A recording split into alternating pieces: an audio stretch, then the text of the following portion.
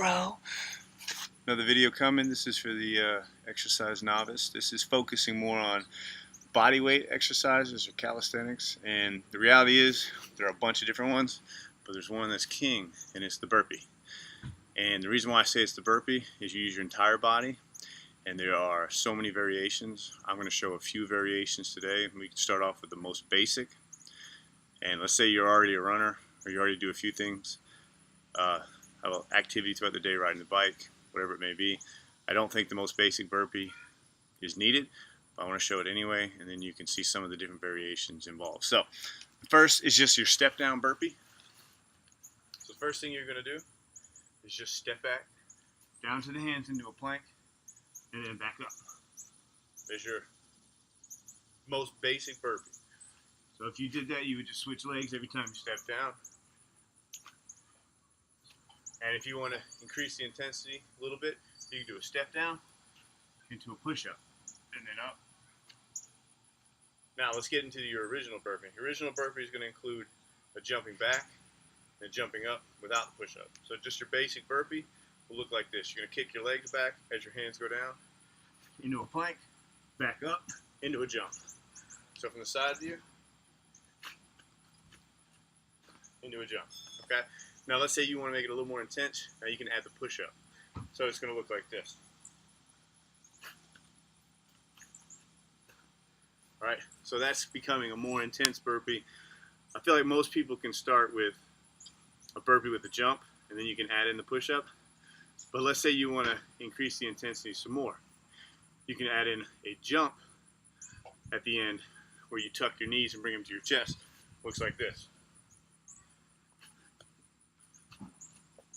Alright, that makes it that much harder. Now, you can continue to make it more challenging. You can begin to bring in stability by using one leg.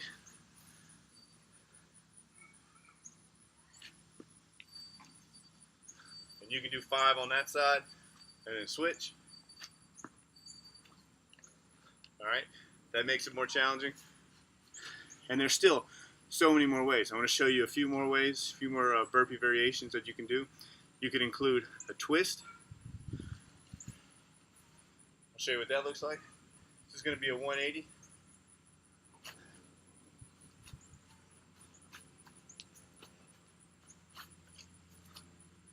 Like that. You can also add in what's called the broad jump.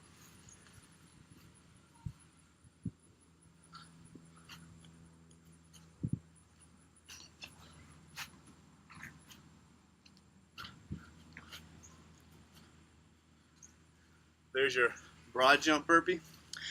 I still have a list of several more that you can do. I can't model this because I use a pull-up bar that goes over a door frame. I've tried it. I've fallen. I've had it break off. But what you can do is a burpee with the push-up into a pull-up. Now, if you got a tree branch outside, perfect place to do it, especially if you have to jump up to it. It's a great way. You can add that into your routine. And the good thing about it, let's say you normally can only do 3 pull-ups. When you do the burpee, you are going to be out of breath like I am right now, but you're resting in between your pull-ups where you may be able to get 5 burpee pull-ups as opposed to getting 5 straight pull-ups. Because you have a little longer break in recovery for your muscles, but not for your breathing. I'm going to also show how you can do a rotating push-up and then some push-up trios as you do the burpee. So, the rotating push-up would look something like this. I'll do it from this angle.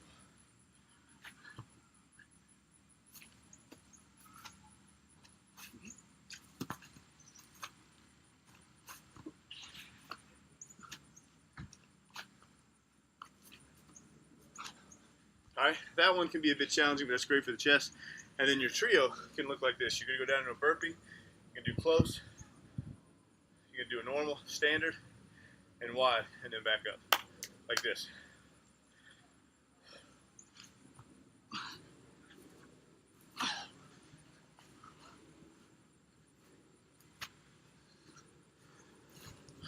Now that is the #1 exercise you need to incorporate into a routine. So with the other videos, you know the exercises.